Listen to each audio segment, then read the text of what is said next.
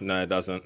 The manager's still banging on the same ideas to keep him under pressure, and when we get the ball, try and keep it, try to be clinical, work a couple crosses in. So, yeah, nothing really changes on our side. Antoine, this is Thierry. Congratulations on the victory and the goal. I wanted to ask you, when did you realize that you actually had him? Or did you know straight away where you wanted to go? Or it looked like you toyed a bit with him, but when did you actually knew you had him? As soon as I got it, I knew I had space 1v1. So I just wanted to shift him one side, hopefully get on the left comfortably, and like I did, and just pass it in the net. I feel like I've been in that position numerous of times, and I've hit it hard, and it's gone over the bar. So I knew when I went past him, just wanted to pass it in the corner, and it trickled in. So good finish. Did you realize actually that he turned? Did you realize that when you dribbled? Did you realize that he gave you his back? Did you realize that? Yeah, as soon as he turned, that's when I knew. Just get the shot away, and it was perfect timing. So. Yeah, I have to big myself so you were cooking? Yeah, you know me, I have to cook. If I don't cook, I ain't working.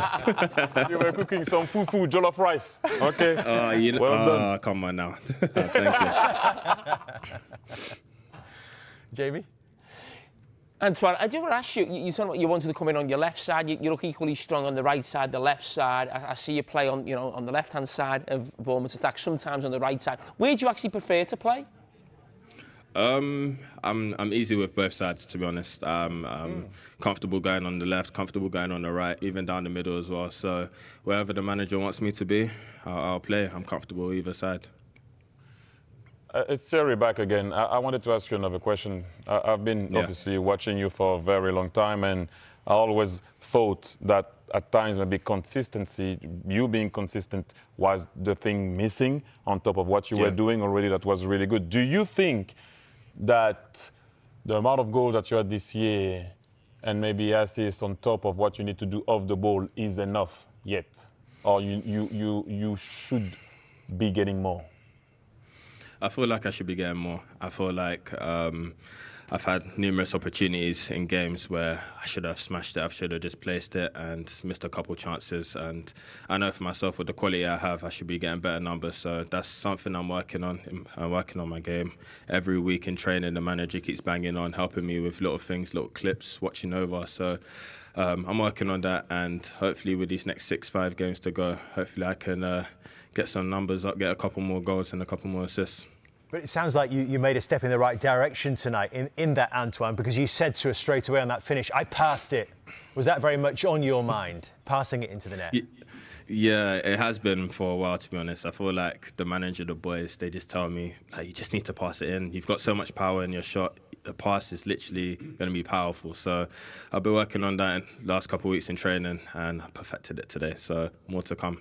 Yeah, great finish. And it was a vital victory, as you said, and your manager was stressing it was called kind of all or nothing in your season. You've had so much praise as a team this year.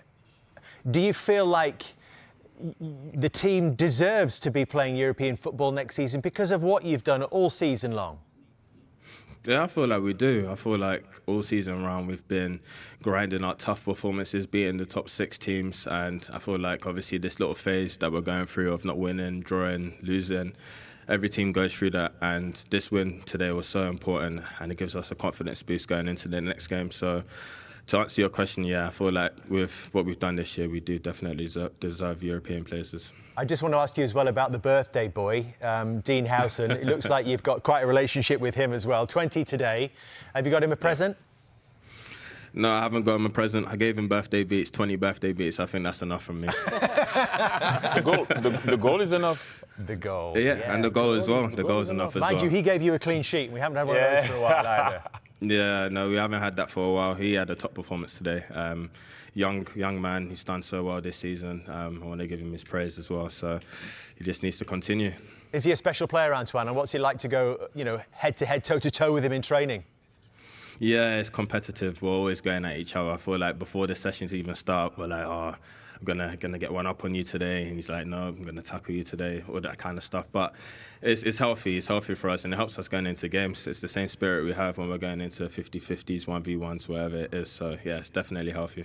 Well done tonight on your goal, on the victory. 6 big matches to go, and we wish you the best of luck for those.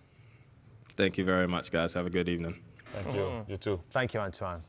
It felt like it was a leading question, Your Honour, when you asked him whether you felt you should be getting more goals and assists. No, it's just because with his quality, it's very, and Jamie will know that, you can somehow, show someone one way or not.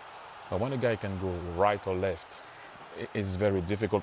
On the goal, though, I would have liked to go inside, or maybe dummy a cut back. But a defender should always stop you going inside, because then suddenly it becomes easier, and we might talk about it. The goal becomes bigger, doesn't it? We'll have a look at that in a minute. But he scored 4 with his left, 4 with his right. So Yeah. it's obviously a crucial part of his armoury.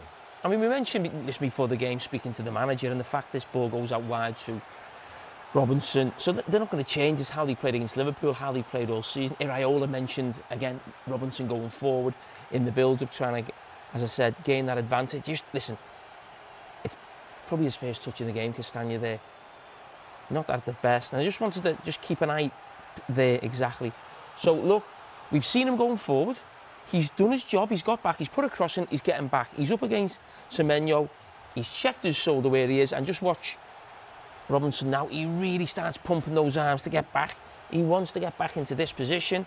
And what hurts him in some ways is the fact that the ball doesn't actually go into the space. It's actually a poor pass. Really, he wants to put it into that space for Semenyo to run onto, but actually Robinson would probably deal with it if that was the right ball. And again, you're talking about just not sorting your feet out, maybe loss of balance. And then Thierry, you're talking to him there, and I'm thinking now, you were saying to him, do you already know where you're going? Do you know what you're going to do? I mean, well, this is all happening in a split second. What's going through your mind if you're in that position? What do you think he's thinking there? Well, you're looking at what obviously the defender is going to do. You know he's going to backpedal. He will, because at that particular moment, if you actually make a step towards the player, Semenyo, you're going to be pretty stupid, because I just can top pocket and go past you. So you know it's going to be a kind of I call it a dance. I've been in this type of situation with defenders where you make them move a bit to see what they're going to give you. But the problem with Semenyo that he can go both sides. But on that particular situation, where he is exactly right now, it's a long time I didn't do that, by the way, is it? Where he is exactly right now, this is where he should stop and show him outside. And we all know he can go right. But the thing is, by showing him outside, the angle is not the same anymore. The goal becomes smaller. You can show the goal here. And then here, that can't happen. Once, that's what he was talking about. Once you do that, you see the shit. How do you defend like this? You can't defend like this. It's impossible. You don't even know what he's doing. That's why I thought he was going. In my mind, when I'm watching the goal, and I'm like, he's gonna chop again and go on the other side, but he didn't, because he's confident on both of his. Well, that's what he mentioned in the interview. Yes. As soon as he saw the shirt number of Anderson in that position, he knew. He's got the pace as well, which unsettles defenders. Yeah, and that's the angle. That's where you stop. Van Dijk is the best at it. This is where This is where you now slow your run. Now you go low. You will see Van Dijk always does this. He goes low and then show the player, go on, go. Like you don't. I mean, you know more than me on this type of situation. I think in this situation, especially as Thierry said, a player who can go both sides, or if I was coming up against you, I think it's very difficult. It's going to be great defending to block the shot. So what you've got to say is, okay, where do I want this shot to be taken from? That lessens the value of basic. We're talking about XG. But just run this through quickly, Jamie, and then we'll get you guys to reenact what we're talking about. You try to minimize the situation, less angle, less possibility of seeing the goal. Then after, if the guy is good and you go low, across or first post, Lamine Yamal scored a goal like that against Real Madrid. He went on his right foot, top corner. What do you want to do? But when you let the player go back inside, then he's going to see the goal. Let's have a little step in front then. Is this the dance we're talking about? Yeah, you two do the dance. So we've heard from Thierry about what Semenyo is thinking of, and he's trying to unbalance him. And Jamie, we've got, thankfully, one of the greatest Premier League attackers, and I'll give you your flowers as well, Jamie. One of the We've done this before. Greatest defenders. It didn't end well. Actually, we've got the clip. We've done this before. So, Jamie, what are you thinking about? How do you stop Thierry? Well, I'm coming here. Yeah. As I said, I think in a situation where somebody is running, like you've got space and there's no real covering defenders, so I think it's going to be very difficult to stop you getting a shot away. Now, the absolute great defenders, you mentioned Van Dijk before, would be able to maybe push him on one side and maybe get that block. But more often than not, if I'm in that situation, I'm trying to think, what's the less chance of him getting a goal? Where's he going to get from? Now, the problem with him going inside is that the goal opens up. Now, there was a situation, I think, where Anderson was here initially, and you've almost got to say, go on, you can have your shot on your right foot. So that's what I'd be trying to do. Let you have the shot in some ways. Then what you do also when you do that, you maybe allow Castagne to have the time to go back in if he goes that way. But then if I see that at that particular moment, when he does this, and I'm good with my right, I might go there. And then for him at that particular moment, he will never get the ball because you push the ball diagonally. And then you try to see if you can score. But then he did at that moment, make it more difficult for me to score. It doesn't mean that I won't score. I mentioned Van Dijk because I've seen him defending like that against Mbappe, and last year against Haaland, I don't know if you remember, he showed him one way, and at one point he put his arm on him, and the striker couldn't generate power. I think you talk about Van Dijk and what he's got that added sort of strength to give the knock. But I think you're working together with the goalkeeper. So imagine you go, if I'm showing you there, so tonight you send Semenyo that side, that way. and I go, and if I stay here, what I'm trying to do is block that shot right into the far corner. I can't block the goal, but I've got to back my goalkeeper. I have to say, OK, if you're going to score, you might score at the near post. That's maybe down to my goalkeeper or the middle of the goal, but I'm going to try and block you because I can't get in a situation where I'm stopping him going on his left and then get a cross to stop that. It can't. This is all happening in a split second. You think the power of Semenyo, the ability, the pace of him. And that first touch, Jamie, was inside. It was already coming in a diagonal line at the goal. So you're trying to think, how do I not do that cardinal sin of turning your back as Anderson did and showing your shirt number? Because basically he's there and he thinks, I've got to get there. The quickest way I can get there is that. Yeah. That's what he thinks. That's what it's all about. But as Thierry says, once you go there, what do you... So you're there, you're showing them there. So really, you want to be quick feet and in there.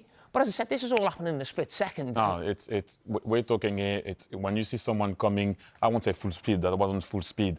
Then you know he has both options. You know if he just put it that way. But Jamie just said something that's very important, and one of the best that I've seen is Lilian Thuram was doing this. If you want to ever turn, and maybe don't make him think that you're going to cut that, you got to then be on that leg then to turn. You can't turn like this. So you can. Tell us that again. Okay, so I'm showing Jamie. Why am I a defender now? Because you're Lilian Thuram. Yeah, because there is a great clip, by the way, on internet. Go and check it out against Roma. He did something. So when you're backpedaling. If he ever goes here, you got to stay on this leg to still face the player. You can't turn. What am I defending here? Do you understand what I mean? So if you can go, I go with Jamie, he goes inside. You need to turn on this leg. I'm not saying that you will stop him, but you have a chance here. You still see what he can do. So you're talking about this. I find that interesting because when I was sort of defending, I'm just trying to work it out. You're talking about putting your weight on your back leg. I'm saying, that's what Thuram used to do. I've never been in that situation, but I saw him and I always asked him, how do you do that? Because you're backpedaling, and if he ever goes here, you're still here. But when you're backpedaling, because you're low, you turn on this leg.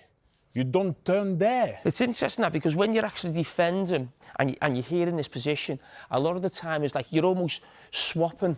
Like you are. You're permanently on that foot. You're ready to jump. Because that's what it's about. Sometimes you're ready to go back. Sometimes you're ready to go forward.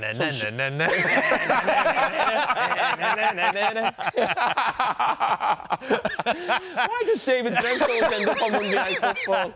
Honestly. Sorry, the other point that Thierry said was getting low. And that's something that you talk about as well. So when you're the attacker, when you were the attacker? Was it defenders that got low into that position that were the trickiest to face? The way I was dribbling, I was always looking at the feet of the defender, always. If you ever make the mistake to put your heels on the ground, gone. If I see you like this, if I see this, gone, then we start to dance. Once you do this, we can dance a long time, tango, salsa, whatever you want. Once you give me this, I can make you turn. He could have chopped back again and go that way. And just the other thing for young defenders who might be watching, if they're in the position that Jamie's in now, just straight on. One thing that I would say, you know why Van Dijk is one of the best? We will say, people will debate who was the best or not the best. He always will delay. One thing that is very important. Defending well is not always getting the ball back. Do not get beaten. Don't get beaten. I know it's easy for me to say that, but don't get beaten. Delay, delay, delay, and you will see. That's a different situation. That's a different situation. Delay, delay. You couldn't delay that. I'm just saying, the thing as defenders sometimes, they always go, you defend the ball and the goal. And they always want to get the ball back quickly. I'm not talking about this situation. I'm just saying when you're a defender, if you didn't get beaten, and if you delay, you defended well. But sometimes it's interesting you talk about Van Dijk, because I say that he never ever lets anybody go inside. Nope. But then there are some times when I look and I think, yes, can you do a bit more to stop the shot or the cross? I go back to the European Cup final against Real Madrid, when he goes where like he was a little bit, he was so almost just, he was so determined not to get beaten on one side. He almost just leaves a sort of a lazy leg. The only guy that I've seen taking advantage of that is Matheus Cunha at Liverpool, when he dummied shooting, and Van Dijk turned. I don't know if you remember that goal. Yeah, he come in on the left foot. He come inside. More often than not a lot of people will keep their calm in this type of situation. So overall, he said to people, beat me. He doesn't give you the option. You beat me. And more often than not, out of 10 times, he will win 8 or 9. Brilliant. Absolutely fascinating, guys. Thank you very much for that. More dancing to come here on Monday Night Football before we're done. We've done the salsa. We've done, what else we've done? Tango. Indeed. Congratulations. How big does it feel to get a win, thinking about the European positions, but also thinking about the run of results you came from? It was a really good performance today overall. Yeah, thank you, first of all. This is definitely going to be a memorable birthday. And I think just as a team, we did so well today. Not even necessarily with how we played, but, the fight we gave, the togetherness we had. And yes, it's great to get a win again, and we're back in the running. And with the clean sheet, especially in that second half where they were getting more chances, what was key in those 45 minutes? Just what I said, togetherness, the will to win. We were really hungry to win. And we all did a great job. I think credits to the team, I think we all ran as much as we could and ran where possible. So credit to the team. Before the game, we were talking that you're turning 20, and you said it's a big number. It's not such a big number. You're very young still, even though you look very mature on the pitch. Where does this confidence come from? Because you seem fearless when you're defending. Yeah, I think just, I don't know. Just believe in my abilities, I guess, and I try my best for the team. The stadium was great. The fans were great tonight, so it gave us an extra push. And also the defensive culture that you have here at Bournemouth, starting with the high press, the whole team throwing bodies in front of the ball. Yeah, we play high press football. We're fearless, what you said in that sense, and I'm just so happy that we could win. Well, you had the win, you had the clean sheet, and now you have player of the match. So our birthday present to you. Happy birthday, Ting. Thank you very much. I'm definitely going to remember this. I'm sure he is. Only 20, and we were touching with Danny on Bournemouth's recruitment model before the game. He cost just £12.8 million from Juventus.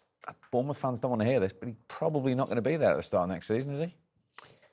It's unlikely. There's a lot of clubs that like him, obviously. I mean, I suppose it would help them hugely if they could get into Europe. Yeah. Because he might want to stay. He's playing every week. He's learning. But he does look really accomplished for a young guy. He's got the size. He's quick enough and he's a nice footballer. He's just got to keep going.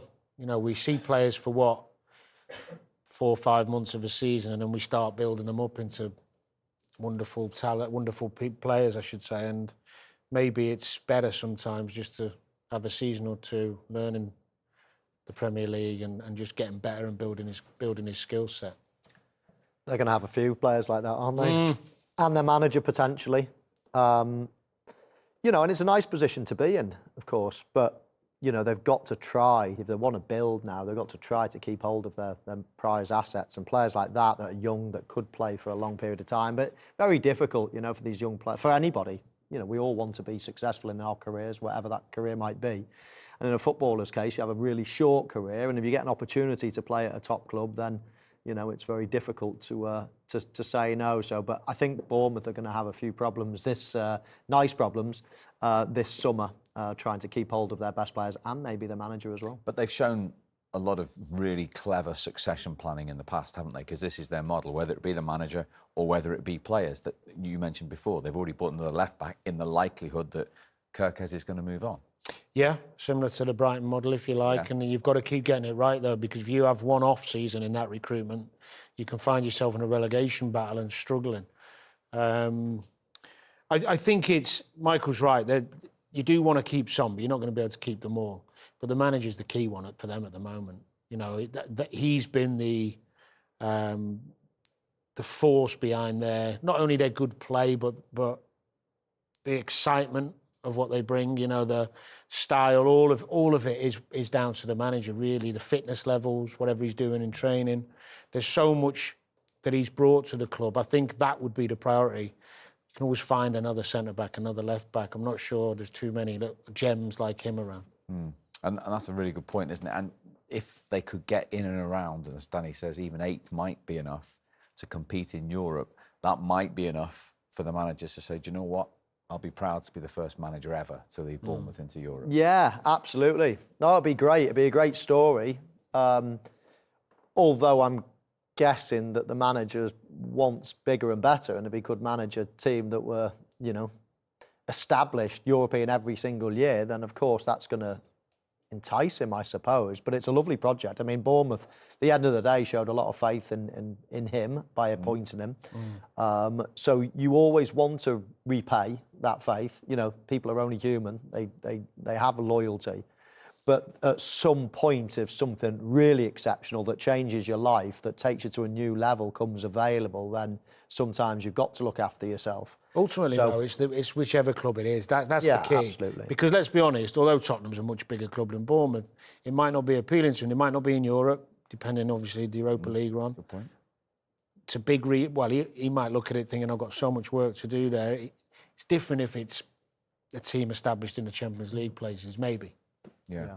But we spoke to the owner, Bill Foley, right at the start of the season, live on this show, and he said Europa League was a realistic target, and a lot of people scoffed that the Bournemouth owner was saying that, but he pointed to the fact they were going to open a new training ground, which they've done. They're going to improve the stadium, and they're going to improve the playing budget. And here they are, as I say, now just 6 points off a guaranteed place in Europe. Incredible story, and what it also, from players further afar looking in, if they can see a club that keeps producing players like Bournemouth or Brighton, even the agents, if you like, and people who look after the players, they're going to see it as a great stepping stone where you can play in the Premier League at a decent level, playing decent football, and put yourself right in the shop window, if you like. So Europe would help that immensely. It would help in recruitment as well, financially, a bit more money for them. Everything's positive. They can play free now till the end of the season. They can have a really good go. They did look a bit tired to me second half. They looked a bit leggy. They were hanging on a little bit. But I suppose that's normal after losing so many home games recently. Yeah, and that's why tonight was so important, like I said, to almost kickstart their season for the running. Yeah, well, I said before the game, it'd be awful if Bournemouth, after what they've done this season, to almost finish the season with a bit of a whimper, not qualify for Europe or not push on, you know, and finish in the top half, let's say. But that almost reignites them now. That gets them right into the mix. And if there is an 8th spot, which could very well be for European football, they're in pole position now. So big night for them against one of their rivals, let's say, for European football. and it just gives them that, you know, just re-energises them for the run in the last few games. Yeah. Let's have a look at the goal that won it then. Inside the first minute, after 53 seconds. Yeah, a mistake by Fulham that we spoke about earlier, but punished really well. Alex Scott, who I thought did well in his 60 minutes, he was nice and positive with his play. And Semenyo, when he gets in these positions, very hard to defend against one-on-one because he can go both ways, and it's a really accomplished finish, especially so early in the game. This is that little bit of sloppiness. I think early in the game, I'd be pumping that over the top, Michael, maybe just going a bit more pragmatic, a bit safer early on. Yeah, absolutely. In hindsight, then you definitely would. Robinson then doesn't get his feet sorted out. But I mean, I always like looking at the attacking side. I think this guy has excited me from minute one. Since he joined the club, he's come through through the hard way, let's say, coming through the lower divisions. But there's not that many people that run at players nowadays that can beat players. There's a lot of these wide players that like cutting in and curling the ball into the bottom corner, and he's one of them. He's a fantastic player. He's been one of the shining lights this season. Can go both ways, as Danny says. Can score goals. He's just a constant threat. I just really enjoy watching him play, and I think he's got more to come as well, and he's only young. And he falls into that bracket that you were saying about potential suitors of other clubs. Oh, absolutely, yeah. They've got a handful of players that you'd look at and think, wow, they could all play, you know, in a Champions League team. Semenyo definitely, I believe, could. And I mentioned before the game, until Mo Salah didn't put pen to paper, you know, people are looking at, right, if he went, how can you replace him? Impossible to replace, of course, and he would definitely have been one, I'm sure, that Liverpool have got on their radar. But now he's signed, then maybe not. He's another one. £10.5 million from the Championship. Incredible. It really is. And it just shows you that you don't have to spend hundreds of millions to get really talented players. And the other thing as well is coaching players, improving them. You know, that team's evolved this season. A lot of those players have got better as the season's gone on with his coaching and his style and his philosophy. But I agree, there's a few of them. There's probably the three, isn't there? Kirkes, House and Semenyo. Yeah. They're the three the fans will be thinking, well, please not. But they're the three who'll be targeted. And also, at the start of the season, they just sold their top scorer to Spurs for £60 million. And they were thinking, my goodness me, maybe just stay in the division without all those goals. How are we going to replace that? Yeah, absolutely. Very difficult to replace those goals, and they haven't in many ways, but they've spread them around, haven't they? Exactly, they've spread them around. And how many examples do we see of that as well? It happens quite a lot of the time when a star player leaves, and you know, responsibility is shared. I think it's a really good opportunity for Bournemouth to build. They got a lot of money in the summer, and of course they went and spent a bit of it as well, but the stadium, the training ground, they've just improved. The stadium probably could do with improving, although whether they would fill it or not, I'm not sure. It's, you know, they've come from small beginnings. You know, not long ago they were propping up the Football League, which is incredible. Eddie Howe obviously had a huge input into getting them where they are today. But with that, they need to keep building the structure of the club as well. And of course, you need to have a good, you know, a team that is going to carry you there. But you know, to cash in on that and to build for the future, I think they're doing the right thing. So now they've got the training ground. Of course, they've got a good manager, got a lot of good young players. They're quite asset rich now, and it'd be good to see the infrastructure continue to be built there. Even Eddie Howe didn't reach 48 points. Andoni Iraola did last season, and he's matched that tonight so far this season with that 1-0 win. Here is the Bournemouth boss. Andoni, a very entertaining game. It's actually hard to understand how it ended with only one goal because we had a lot of chances for both sides. But how did you feel about the performance? I'm very, very pleased with the performance. I think we needed this performance, to defend well, even our own box, the clearances, the blocks, the basics, the set plays, to finish with a clean sheet. I think is something that is valuable because we normally, offensively, we have the chances. Normally we score goals. So defensively is where I think we've lacked something last games, and today we were very good defensively.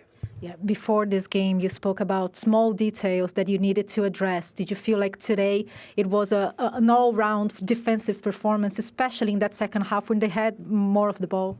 Yes, I think we knew Fulham is very good on the ball. I think we kept first 55, 60 minutes pressing really well and in more comfortable positions, but at the end, you know, you are going to suffer, no? And we have to concede a little bit of the territory, go more compact, defend well the crosses especially, and I think we did really well, yes. It's interesting that usually when we talk about Bournemouth, it's the high intensity and the exciting game that you guys have. But defensively, it's also really important, the culture that you create here with the players, starting with the high pressing. So could you talk a little about that, how important it is for your philosophy? Yeah, I think the main thing and why we press and we spend energy there is because we are going to concede less chances. I think we are more comfortable when we don't have to defend so many crosses, we don't have to defend so many set plays, and you cannot do it every single time, but we are quite good, no? And I think in the other side, when we have to defend more compact, I think we've been decent, probably not as good as how we do when we press higher. But if you look at our defensive numbers, are good, no? And that was where we went, no? Thinking, why now? The last 3-4 games we are conceding 2 goals, set plays, things that hadn't happened before. What kind of effect do you expect this win to have in this final run of games? Because you came in the back of a bad run of results, and now this final stretch is going to be big. Yeah, I think it comes in the perfect moment, this win, no? And also how we won with the clean sheet. We have now next week another of this type of games against Palace away. It's a team that also, like Fulham, they are playing very well. So let's recover well. Let's see if we can recover some of the players that we have out and we arrive in a good spot for the next one. Yeah, they put themselves in with a chance. Interesting there, Michael, to hear him say normal style at one end of the pitch, but 9 without a clean sheet was obviously concerning him. Yeah, it has to. I mean, they have got players going forward that you think they can score goals at any time, but you know, when you're never confident, when you're never comfortable, you're not keeping clean sheets. I think if they conceded 2 today, it was an unbelievable run of conceding 2 in 6 or 7 games on the spin or something, which is not good enough. If you're going for Europe, you need to have quite a tight defence. So he'll be absolutely delighted that it's broke that duck tonight. Even more delighted, really, than what they created the other end. If you can just keep that tight at the back, then you've got a chance. So yeah, he'll be a happy man tonight, and then you can look forward to the remaining games now with a lot of confidence, with a little bit of momentum building, and see if they can squeeze into that European place. What about your former club? Having beaten the leaders at home, they've lost 3 times in a row away from home. Now they can't quite find that consistency. No, I did worry for them. I said it before, and after beating Liverpool and the euphoria of that. And sometimes when you beat one of the big boys and you're getting a lot of plaudits and people saying nice things, you start thinking, we're a good team, I'm a good player. And you turn up on a Monday night at Bournemouth thinking they're having a bad run, we've just beat Liverpool. And before you know it, you're a goal down getting overrun. You've made a few mistakes, not all of them, few of them not at it. And then you're climbing a little bit of a mountain. So the reaction was good. I thought they grew back into the game and started playing their football second half, controlling possession a bit more. One of the issues he's got at the moment, I think, unlike early in the season, we mentioned the amount of players they've got now in terms of squad strength, depth, but he's been mixing the team up a lot in forward areas. And although they've got in some dangerous areas, they didn't look that threatening to me. You know, we spoke about Muniz, he struggled a bit tonight. Jimenez came on, did all right, put himself, but no one really, when they got the ball, you think, oh, you know, like Semenyo does something. It's like, what's he going to do next? They lack that a little bit at the moment, Fulham. Yeah, and when you look at what's left in terms of these European places, 8th might be, 7th definitely will be, but for these 2 teams in particular, I mean, the consistency for Fulham would be a concern. They're still got to play City and Chelsea and Villa in their remaining games, and as you can see, Palace away next for Bournemouth, Arsenal, Villa, City for them as well. Not easy for either of them, to be honest, is it? It's there's points to be had in those games, but there's also a lot of tough ones as well, and teams that have got a lot to play for. You know, if you look at Bournemouth there, Arsenal, they're possibly, you know, concentrating on other things now. You'd say that titles run away from them and they're going to be in the Champions League. But Aston Villa have got a lot to play for. Man City will be having a lot to play for. And again, from Fulham's point of view, Chelsea have got an awful lot to play for. Then Villa as well. And then again, Man City at the end. So there's a nice mixture for both teams. I couldn't say which one's the easiest. I mean, it's going to go right to the wire, I think. I think they're tough run-ins for both, especially at this stage of the season. I think all you do is you go in with a positive attitude, keep trying to play on the front foot and do the things that got you in the position to give you this opportunity. Don't change that mindset. And I don't think either manager will. You know, if you're not going to make it, at least try doing the things that got you in the position. But it'd be fascinating to watch the next few weeks just to see which teams do kick on and who does fade away. Because you will start to see it, you know, become a bit more, consistent in terms of who's at the top and who's below. It's not going to be as condensed as it is now in a couple of weeks. It's a golden carrot here for both clubs, isn't it? I mean, Danny knows what European nights can do to Fulham. Bournemouth have never been there in any... Even the Conference League would be a magnificent achievement for Bournemouth. Yeah, and we mustn't lose sight of what these two teams have done. I mean, we mentioned inconsistency for Fulham and, of course, you know, all the goals that Bournemouth have been conceding. But these are two teams that no one would expect, you know, going for European football at the start of the season. So I think we have got to put it a bit into perspective. It's very difficult to be consistent in the Premier League. There's so many great teams, so many different challenges every week. It's not easy, and both teams deserve a lot of credit this season. Let's get a quick reaction from the Fulham boss. Here he is, Marco Silva. Marco, Calvin Bassey spoke about a lack of intensity in those first 25 minutes of the match, but you grew into the game, you created a lot of opportunities, especially in the second half. So why do you think it didn't go your way? Because the way you started the game, definitely. Of course, I know that after the first minute when we conceded the really sloppy goal, we have had more 94 minutes to play and to change the things. But we knew how they are going to start. We was in the plan. We were aware that we should start at the same intensity, at the same speed, and the first minutes they were going to be really important to take simple and the right decisions every single moment. Will come a lot of individual challenge and individual moments with the way they are going to start the game, and the reality that the first minute showed that that first 25 minutes they were not at level. At this level, the intensity you have to reach at least the same intensity than the opposition side. And the first 25 minutes we didn't. Of course, the reaction after that was good. We had chances to equalize the game. Second half, we did control really well all the game, and we pushed them back and always kept to get some time to go down at least 3 times, all that stuff to break always the our momentum into the game. I think the players they fought, but of course we threw everything away with our first 25 minutes. Feels like a big win. The last couple of weeks have been really frustrating. Obviously on the drought of losing games, couple of draws. So we knew coming into this game we needed to get a win. Needed to correct all the stuff that's been going on in the last couple of games, and I feel like we've done that as a squad today. Got a goal early and defended for most of the game. We needed to defend together as a unit, and we've done that. So thank God for that, and 3 points. Pretty much reiterating exactly what you said. I mean, it is you've got to be at the right intensity right from the off in these games. In every game, like Michael said, the Premier League's relentless. Apart from obviously the teams down the bottom who've really struggled, you can lose to anybody if you don't start well, or give yourself a mountain to climb. Anyway, we saw it, Chelsea and Ipswich, didn't we, yesterday? You've just got to be at it. And as I said before, I just felt that maybe that it's easy to do. You know, you've got this wave of emotion when you're playing Premier League football, and sometimes you can just get into a little bit of a comfort zone when you've had a great result, and we've seen it, so many teams do it. And that's why the best teams are super consistent.